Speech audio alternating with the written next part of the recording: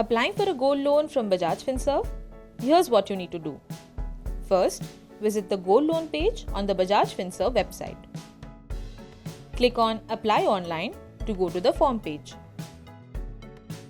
Here, fill in a few basic details. Your first and last name as per PAN card, your mobile number, and the city you're currently in. And click on Get OTP. Submit the OTP you received on your mobile.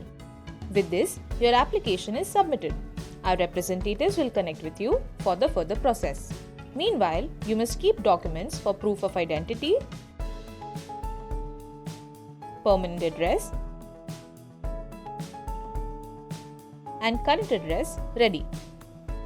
For more information, you can connect with our representatives at our Bajaj Finserv website